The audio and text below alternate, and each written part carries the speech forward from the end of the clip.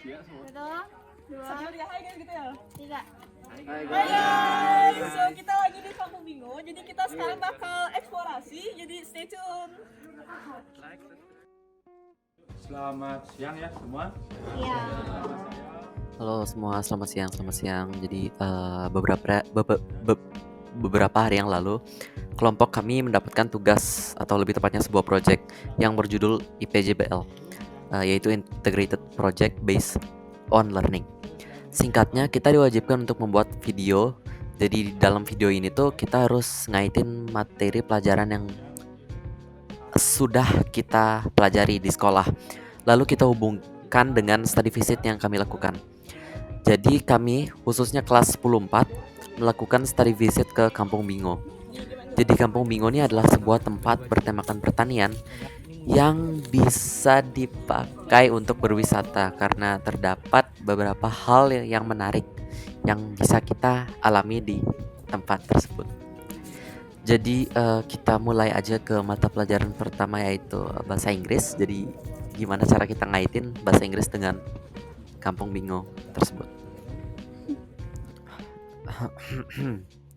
Since 2019, Made Gunada has started Kampung Bingo, a restaurant that collaborates with educational tours about agriculture. Bingo itself stands for Can Talk. This symbolizes nature that surrounds the restaurant in the form of plants, birds, crops, and much more. Gunanda created this place because of his love for cooking and agriculture. So the food that is served from the restaurant is made of vegetables fresh from the crops. Gunanda's goal for Kampung Bingo is to let youngsters find a place to hang out together with friends. This is because nowadays youngsters prefer living in the world of gadgets where everything is online.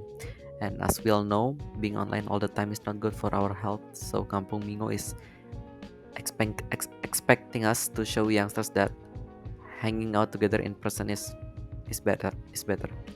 They will get to enjoy nature, eat healthy food, and have fun with their friends or their family. Halo semua. Jadi yang tadi itu merupakan pengaplikasian penggunaan recount text jika kita kaitkan dengan sejarah Kampung Bingo. Dan kalau dikaitin, dia tuh bakal jadi historical recount text. Dan sekarang kita bisa lanjut ke mata pelajaran berikutnya, yaitu bahasa Indonesia. Jadi gimana cara kita menghubungkan bahasa Indonesia dengan Kampung Bingo adalah dengan menggunakan data biografi. Jadi simak video data biografi dari seorang pegawai di restoran Kampung Bingo.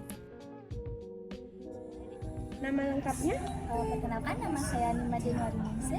Saya tinggal dari Jelante, Apuan, Metro Tabanan. Terus untuk tempat kerja, kenapa saya bisa kerja di Kampung Bingo? Karena saya tertarik untuk memperkenalkan diri atau mencari pengalaman tentang pariwisata di Kampung Bingo ini. Terus sebelumnya saya sekolah di SMK Restu Muning Tabanan.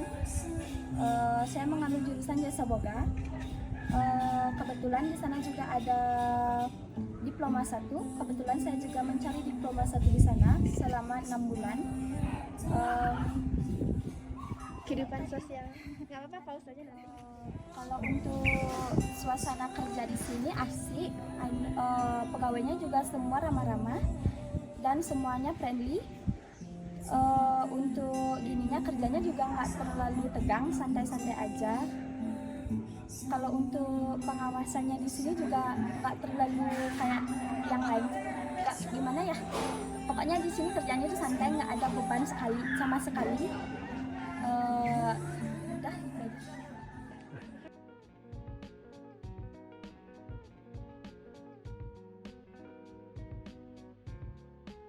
Nah, jadi pas kita kesana tuh kita udah nanya-nanya juga. Jadi kita dapat informasi kalau sekali panen mereka tuh dapat 100 kilo untuk masa hasil panennya. Dan mereka tuh sebenarnya panennya sehari sekali, tapi ngejualnya tuh keesokan harinya. Jadi kita anggap aja kita gabungin itu ya, jadi panen sama nyalurinnya. Jadi udah dapat uangnya langsung itu kayak 2 hari sekali. Nah, terus kalau kita hitung sebulan kan ada 30 hari. Terus kali panen itu 2 hari sekali sama jualnya. Jadi udah cair uangnya. Dan karena 2 hari sekali kita hitung kalau sebulan tuh mereka dapat, berarti tinggal dibagi aja kan, jadi 30/2. Untuk sebulannya berarti mereka bisa 15 kali panen sekalian ngejualnya. Nah, jadi 15 kali panen kalau kita kali sama 100 kilo hasil sekali panennya, jadi kan 1500 kilo. Jadi untuk sebulan tuh setidaknya mereka bisa ngasilin 1500 kilo masa hasil panen restoran Kampung Bingo.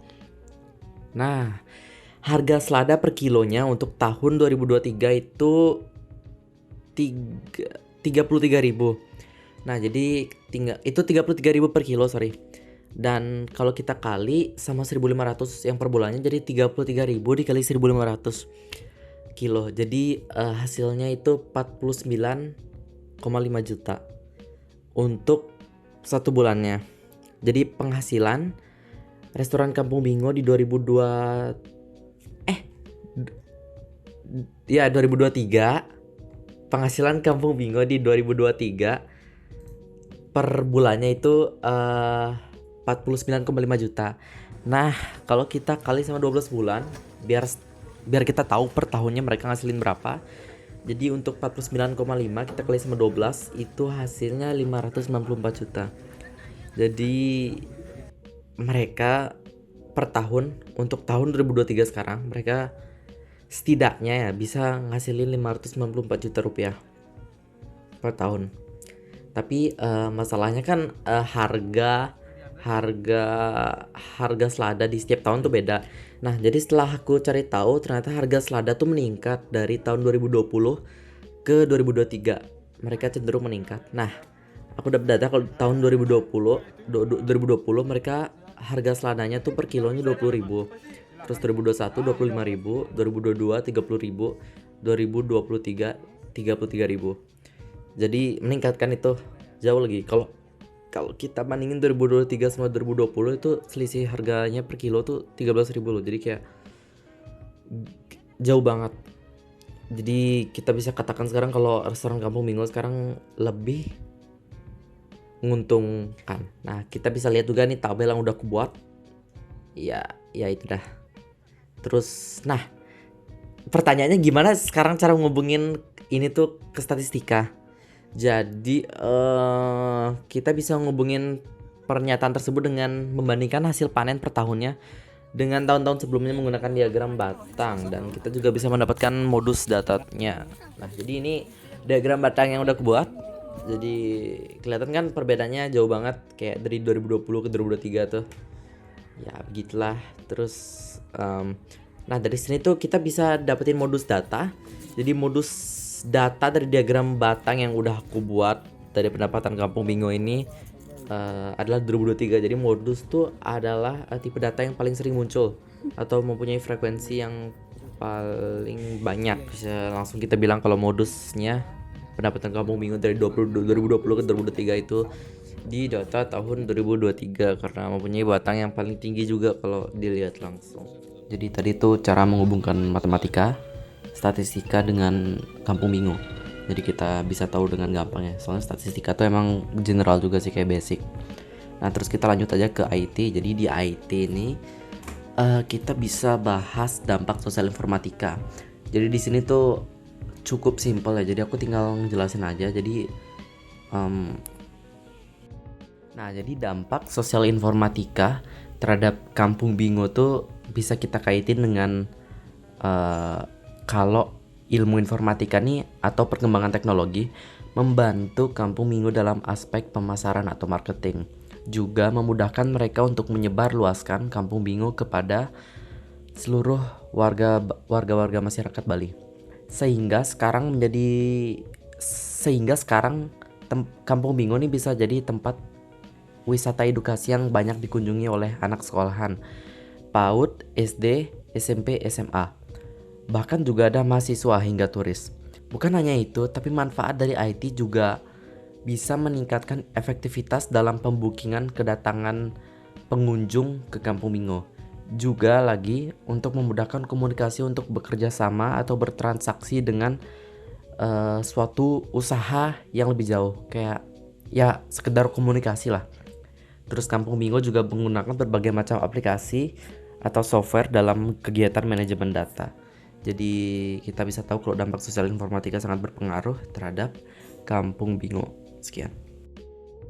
Nah, jadi tadi itu lumayan menarik kan informatikanya, lumayan menarik.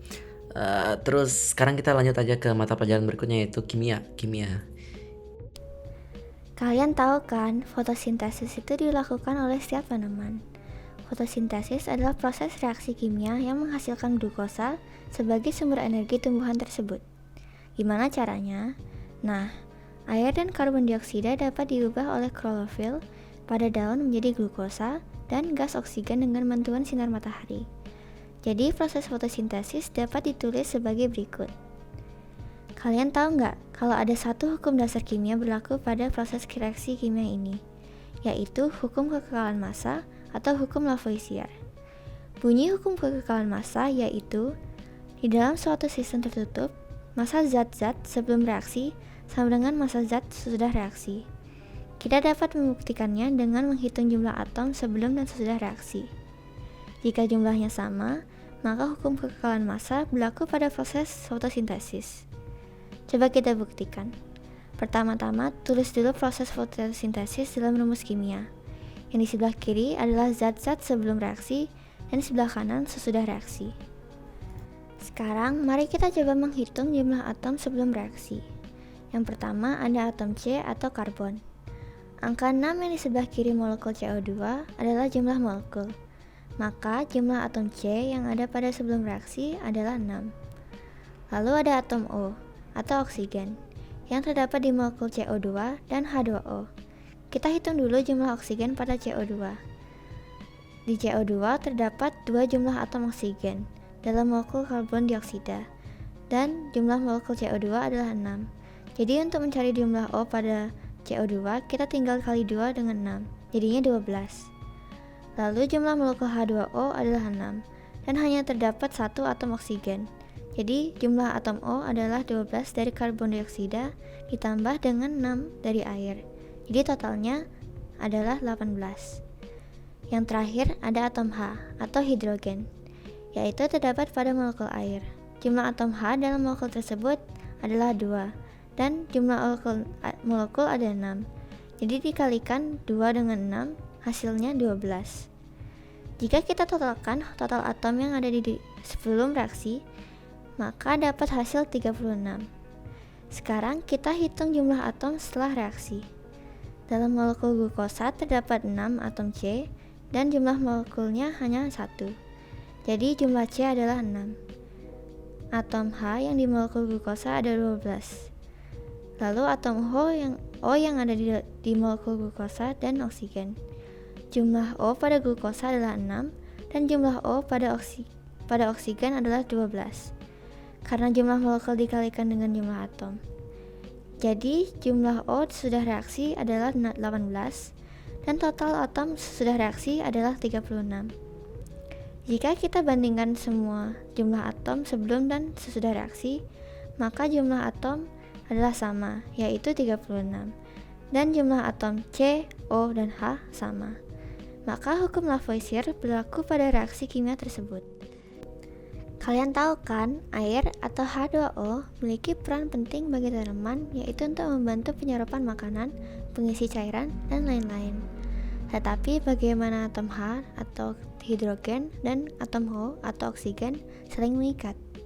Ikatan kimia terjadi antar atom untuk mencapai kestabilan. Atom H dan O belum mencapai kestabilan karena belum memenuhi kaidah oktet dan duplet. Coba kita tulis konfigurasi elektron pada atom H dan O. Atom H memiliki konfigurasi elektron, yaitu 1. Dan untuk mencapai kestabilan, maka atom H harus menerima 1 elektron untuk mencapai kaidah duplet. Sedangkan atom O memiliki konfigurasi elektron 2 dan 6. Dan harus menerima 2 elektron untuk memenuhi kaidah oktet. Jika atom H dan O berkaitan, atom H menyumbangkan masing-masing 1 elektron. Sedangkan atom Ho menyumbang 2 elektron sehingga kedua atom mencapai kestabilan karena atom H memenuhi hukum duplet dan O memenuhi hukum oktet. Ikatan kimia dari H2O merupakan ikatan kovalen karena kedua atom merupakan atom non-logam yang memakai elektron secara bersama.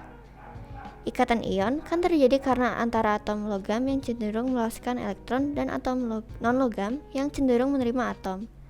Contoh molekul yang memiliki ikatan ion adalah KCl atau kalium klorida yang biasanya dipakai untuk fertilizer tanaman. KCl terdiri dari atom K atau kalium dan Cl atau klorin. K memiliki konfigurasi 2881 dan Cl memiliki konfigurasi elektron 287. Untuk mencapai kestabilan, atom K akan melepaskan 1 elektron dan membentuk ion positif K+ untuk memenuhi kaidah oktet. Sedangkan Cl menerima 1 elektron dan membentuk ion negatif Cl- untuk memenuhi kaidah oktet. Jadi, K akan memberikan 1 elektron kepada Cl dan Cl akan menerima 1 elektron dari K.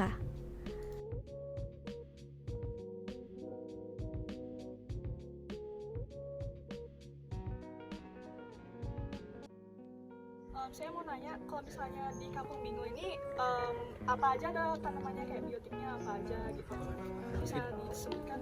Kita punya di Kampung Bingo ini tanaman sama salad genting, salad bulat, salad tomat cherry, salad merah, lolo, itu ada 5 macam. 5 macam ya? Iya, 5 macam. Makasih. Setelah itu untuk faktor abiotik sama biotik apa aja yang biasanya mempengaruhi kayak gimana cara tumbuhnya itu?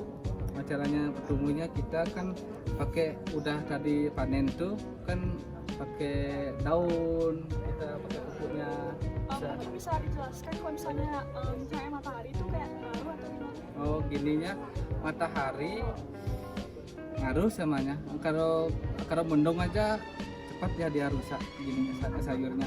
Nah, kalau hujan busuknya cepat. Tapi kalau terlalu panas juga? Terlalu panas aman ya. Aman Ya, ya? karena penting lah matahari itu buat tanam-tanam. Terima kasih. Ya. Jenis tanah di Kampung Bingo adalah jenis tanah humus. Tanah humus merupakan tanah yang terbentuk dari pelapukan ranting, daun, dan bagian tumbuhan lainnya.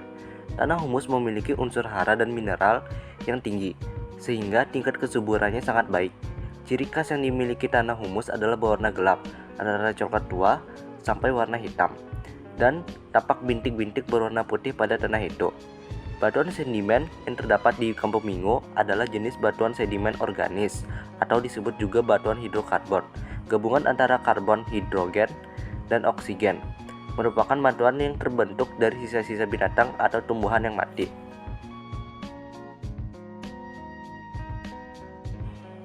Kopi adalah minuman tradisional Kalimantan yang dipopulerkan Majapahit menjadi minuman malam hari istana Majapahit. Hingga zaman ini, kopi menjadi salah satu tanaman yang bisa tumbuh subur di daerah dataran tinggi. Seperti pada Kampung Bingo, ini mereka juga menanamkan biji kopi yang kemudian hasilnya digunakan untuk menjual minuman kopi di Resto Bingo. Pada zaman dahulu, di Kerajaan Majapahit, kopi merupakan salah satu tanaman atau rempah-rempah yang diperjualbelikan secara meluas. Perdagangan kopi ini juga menjadi salah satu faktor di mana Kerajaan Majapahit disebut sebagai kerajaan agraris. Kearifan lokal berupa benda yang ditemukan pada Kampung Bingo berupa cangkul yang merupakan alat pertanian tradisional yang digunakan untuk menggali, membersihkan tanah dari rumput, dan untuk meratakan tanah. Kemudian ada anglo atau tungku tanah liat sebagai alat untuk memanaskan dan menyimpan makanan pada saat ada pameran atau persajian makanan. Terakhir ada tungku tradisional atau alat untuk memasak, merebus, menggoreng, membakar, terutama untuk digunakan Kampung Bingo untuk memasak pizza. Kearifan lokal berupa nilai yang melekat pada Kampung Bingo, ada nilai gotong royong, di mana para petani dan pekerja bersama-sama dalam menyelesaikan tugas-tugas mereka. Maka terciptanya suasana yang efisien, efektif, dan ideal. Setelah itu, ada juga nilai toleransi, yang terbukti dengan adanya sikap saling menghormati di lingkungan bekerja. Terakhir, ada nilai religi, di mana para pekerja melakukan persembahyangan atau membanten setiap hari agar diberi kelancaran dalam menjalani harinya. Sejak tahun 2019 lalu, Made Gunade merintis Kampung Bingo, sebuah restoran yang dikolaborasikan dengan wisata edukasi tentang pertanian. Penandaan awal dari dibangunannya Kampung Bingo sampai tahap akhir dilakukan dengan uang pribadi sang pemilik.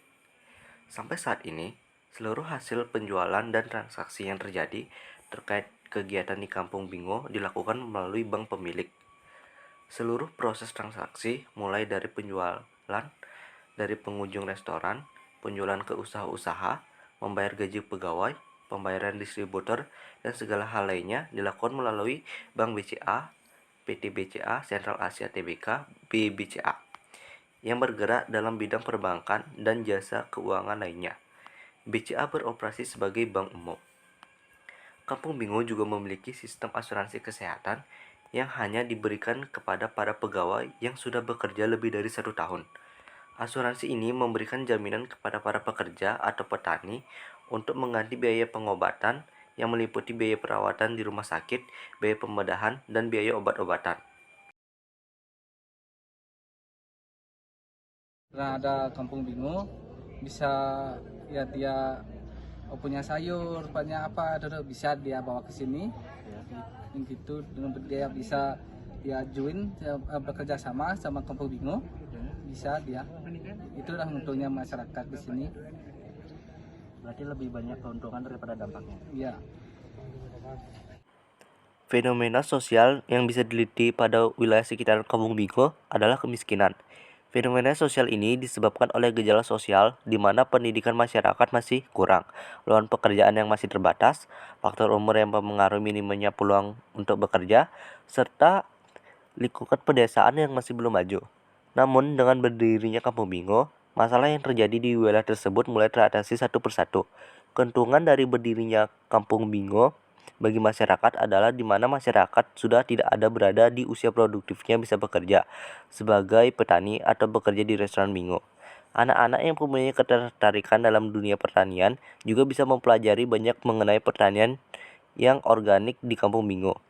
Meningkatnya pula perekonomian di daerah tersebut serta adanya wisata edukasi baru bagi masyarakat.